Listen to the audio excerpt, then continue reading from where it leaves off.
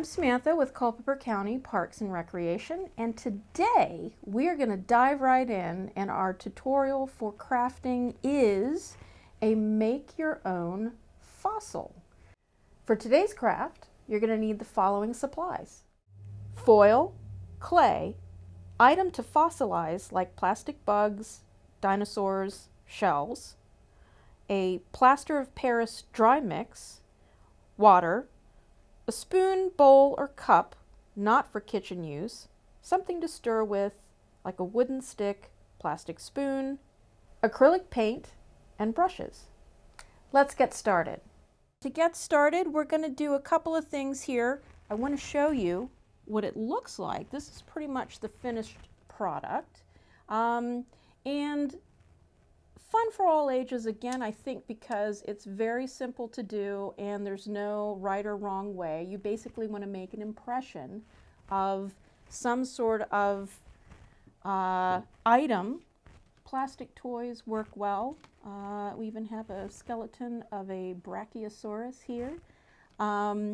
Just some items. When you're done, you can actually, after it's cured, which by the way could take up to anywhere from 6 hours to 3 days. You want a nice hard cure. Plus it depends on how thick your actual item is. But this has been painted on. If you're doing something super fancy, obviously with plaster of Paris, if you're sculpting or what have you, you would need to do, because it's porous, you would need to cover it before you painted it. But for something like this, you really don't need to. We'll show you at the end of this quick tutorial how we did this to make it look more like rock, where the fossil would have been embedded. But let's get started. So before we go any further, I want to take and show you at least one of these. This has been curing for 24 hours, and kind of fun to start from the end to go back to the beginning, but that's what we're going to do, mainly because I would like to reuse the foil here to contain what we have. But when you're removing the foil after your pour has cured, take your time. It's not something you want to rip off, otherwise it could crack. But you have your plaster on top and your clay on the bottom. And it should come off easily, as you can see here. I think this is kind of where I tucked in the foil.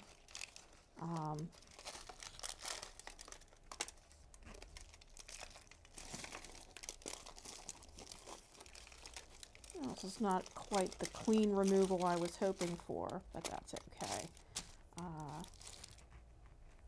Get that out. And you can have something like a bristle brush, chip brush to clean things once you have removed the clay to reveal your impression. And let's see here. You can also have some tools such as this to very gently remove so that you can see what it is you actually made an imprint of. Now, this is a cute little crocodile here, or alligator, but this is pretty much what you wind up with when all is said and done. And like I say, you can paint it at the end to have something like this. This is just a piece. But let's put this aside and go back to the beginning, and we'll show you how we make this. Take your clay, any kind, any sort of modeling polymer clay. This is actually air dry clay, but that is all you need. Go back this way, and let's see. Depending on how large you want your item to be, I'm just going to invert this.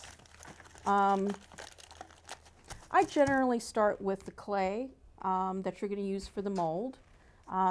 After you have, of course, picked what you're going to choose to make your impression. And I think I'm going to choose this guy here. So in order to, I mean, you could have something large enough for the entire shape or just part of. And I think a ball of clay this size is perfect. Roll it out into a ball. Now, you don't have to roll it with a rolling pin or anything like that. You could just kind of press it down. But I have a shape that I'm fairly happy with. I think you want to make sure it's at least in the middle or at some point almost an inch, I'm sorry, a half-inch thick. Press it down like this. This is why it's so fun for kids. We actually have been doing these, making these with our 6 through 8-year-olds in their dinosaur class that we've been having. It's a new series from Crafty Creations, and making your own fossils can be pretty fun. It's simple to set up and you just kind of have to wait until it cures, but once you've laid this out, at that point go back to your foil. And let me just say, if you don't have foil and you want to use more clay, you could basically take more clay, make a nice snake, and then just go around the shape so that it looks kind of like a swimming pool, because you're basically just trying to provide something where you can pour your plaster. But I'm going to go with the foil. I think it works very nicely. Don't worry if this is not totally smooth. We're not making a sculpture or anything. And it kind of adds some character in terms of your fossilized piece of rock. Go ahead. And by the way, if you had foil, just take a sheet, tear off a sheet, and then just start making either a square or a circle, just a pool. And as you can see here, you just kind of want to make an edging there and press that down. You can bring it a little closer if you want.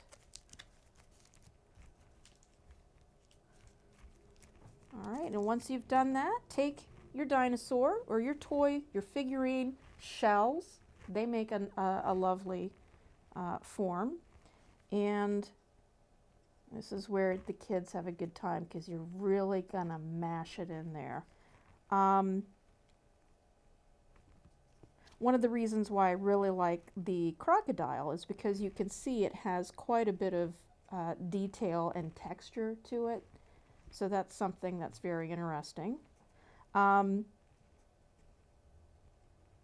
be sure when you do press everything in, all sides of that right-hand side of the dinosaur skeleton there is in like so, and then very gently remove. It should just pop out. You may need to put your finger there in some of the other places there. Pop it on out like that. And if you want to layer different things, you could. I'm going to take this starfish, boy, what's on my mind. And I'm going to just press that in there on top of the dinosaur. Just overlapping fossils here, or the shape. You do the same thing. That has a lot of nice texture there. And I think that's going to do. So at this point, you are absolutely ready to go ahead and prepare your mixture. Now, if you get something like this, be sure to read over the directions. But essentially, your mixture is going to be 2 to 3 parts of your dry powder to 1 part water. So for this mixture, and this is good enough for probably 2 medium-sized vessels to fill. You could do a smaller quantity, but I'm going to start with a cup of the dry mix and a ½ cup of water. And whatever you choose to mix in, you're going to measure out your water first. And I like to have 2 separate things, 1 for water, 1 for your dry mixture. You could use the same, doesn't matter, but this to me is easier. So take your water,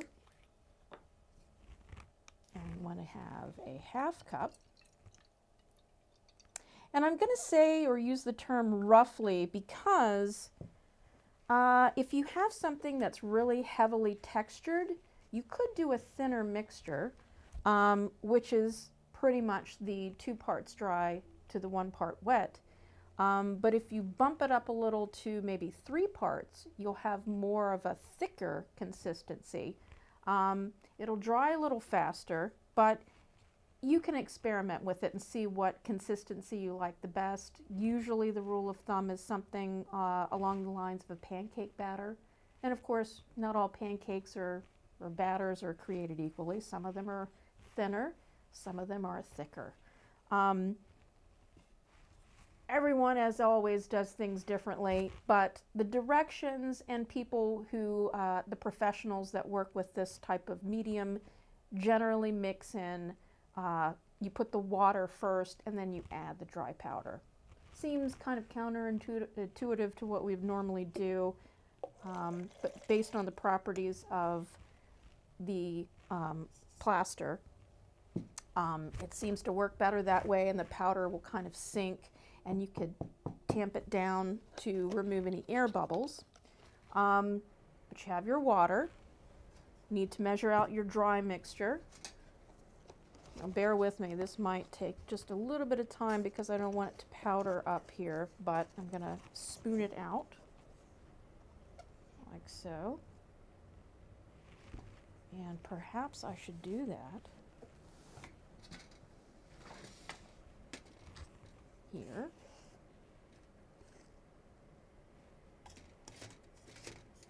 And I'm going to go for a cup and a half. You could start with the cup because, like I said, I'm going for the medium thick. You could start with your cup, which would be your 2 parts to the 1/2 cup of water, and then maybe add a little bit more and mix in. But that kind of encourages lumps, so I'm just going to estimate what I need to use at this point. Open this up a little better. Here we go.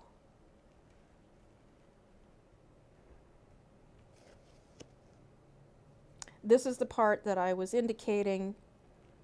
An adult or a very mature teenager or even younger person can take their time to do this because you don't want to have that dust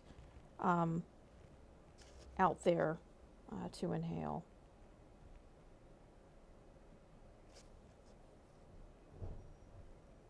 All right, let's see here. We're almost to a cup.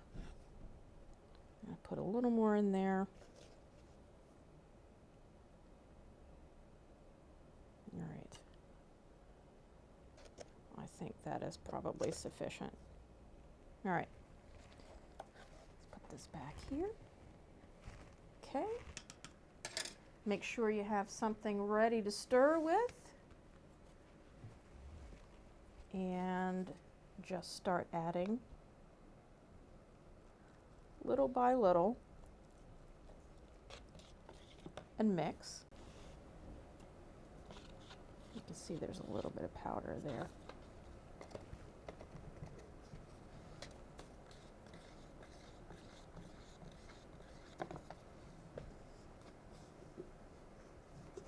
Okay. All right. Go back to this. And much like you're mixing any sort of batter, you obviously want to take your time. Every now and again you can kind of scrape off the dry bits there, or the moist ones that haven't exactly dissolved. And this will do a remarkably good job in becoming consistent. I'm not sure if you can see in there, but still a little bit lumpy. You're basically stirring, scrape the sides there until everything has been kind of fully incorporated. You don't really want any lumps if you can help it. And bubbles, that's something that you can eliminate either by giving it a nice tap, or you can pop them with your stirring apparatus there. But I'm going to make sure, just scrape the bottom. You can kind of feel if you've gotten all of the mixture taken care of.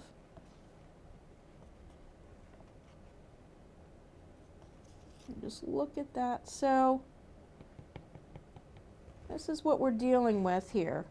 You can see how much we've made. I'm going to put that there. Go back to your mold. Make sure that you have a good border going all the way around.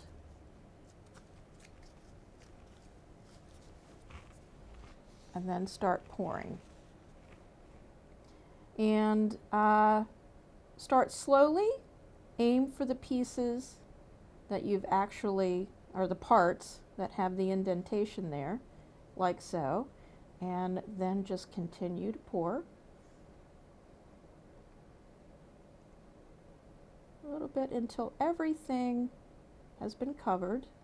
Now at this point you can see we're at the limit there, but depending on how deep you make your pool with either your clay or your foil, the thicker you can make your item. That's pretty much all you need to do. If you needed or wanted to, you could use a spoon or your popsicle stick there, and you could smooth it out, spread it. If you're doing something really large, you could potentially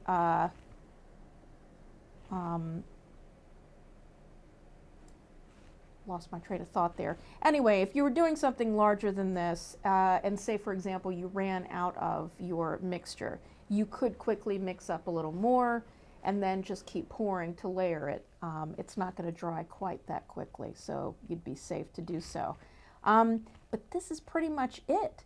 So what you're going to do is you're going to very carefully put this somewhere undisturbed where it can dry and cure. And again, as the directions say, maybe within 3 to 6 hours. It really depends, but you want a very firm, consistent, thorough drying. I would say 2 to 3 days, and you're good to go. Then you could take it and you could paint it, as I indicated. This here, you can actually still tell it's still kind of moist from having contact with the clay. It needs some time to dry. But let's go back to once your product has dried, like we did at the beginning, let's do it again, and let's see what we can reveal here. Just gently take and remove your foil housing there, or pool. Break it apart from the sides of your clay and your plaster. Pop it out, and you're going to see that's pretty much what it looks like.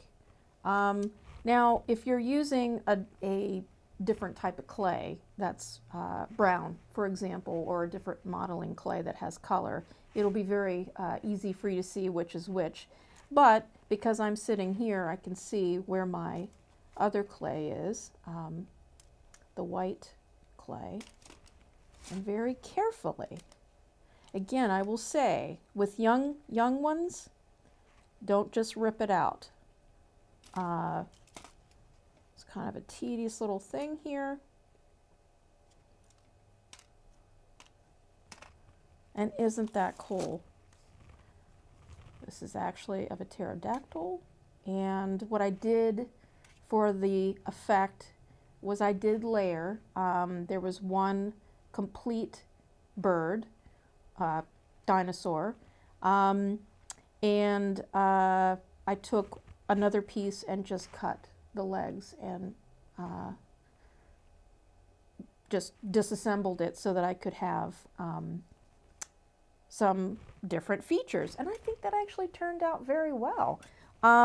So you can take your clay, and I would preferably remove you know, any bits and pieces of your plaster, and you can reuse this obviously, but I would segregate it from your other clay stash, just so you know that this is your molding clay, your casting clay, I should say. So let's do this. I'm going to just do some switching around here. I'm going to put that there. Move this to the side here. And like I said, you basically want this undisturbed at least for the first 20 minutes. But getting back to this, this is where your chip brush comes in handy. You could take and just make sure that all of the bits and pieces of the clay have been removed.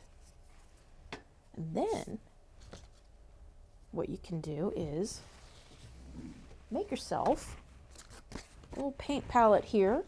We have an array of browns and a gray, beachcomber beige. You don't need very much, but just to show you what I'm going to do here, we'll put several blobs of paint here, and it is blobby.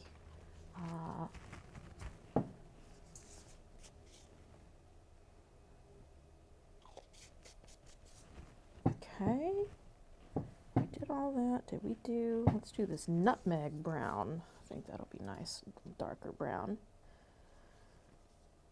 So rather than just go for a brown paint, I suggest blending several different shades of brown with even black, gray, cream, white, and let's see, what do I want to do here? A good applicator is going to be a piece of sponge, and if you cut it, you know, in something that's just for your fingers, this is a triangle left over from another craft, so it comes in handy. But you have this here that you can put into your nooks and crannies. But let me show you. You want to moisten your sponge like this. Wring it out. And then, let's see here. Let me show you. I'll move the paint out of the way. And let's see. All right, you got your paint palette here. Maybe for ease of showing you.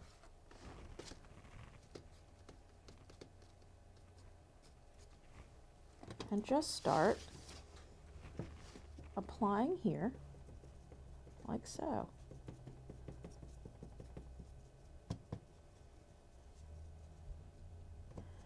And this is just something where you can continue to layer the various colors. You can do it shade by shade if you want.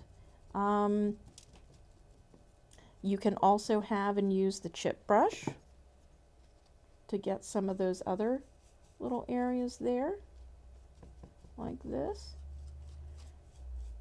My suggestion is do not apply it too thickly, but just enough to give it that dirt sediment quality to it. And for the sake of realism, you know, both of these items have some nice texture. And this is pretty much all I'm doing.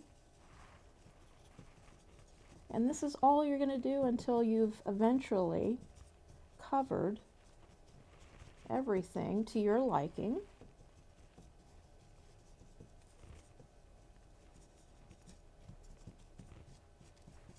Which I think we've done, and go back and forth here between the two. And you're just going to press that in like that.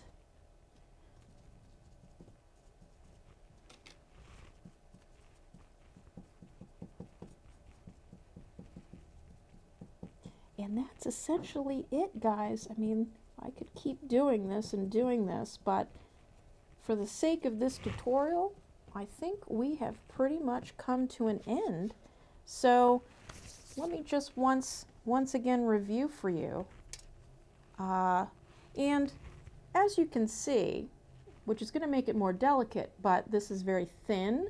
Over the next several days, it will continue to harden. You could, if you wanted to preserve it, you could certainly put something, a glaze or a gloss over it, but because it is still subject to humidity and moisture. But that's pretty much it. And I think this is pretty cool. Whether it's, you know, you could even use something that's just bare bones, no paint. If you wanted to take a glue gun and possibly some wire, you could put and hide it behind here, a little U, so that you could hang it on a wall, display it on a table, basically have fun with it. But that is it. That is all we have today for your make your own fossil. And we'll see you next time. And as we say, stay crafty, stay in touch. The information that you need to get in touch with Culpeper County Parks and Recreation is attached to this video. Thank you.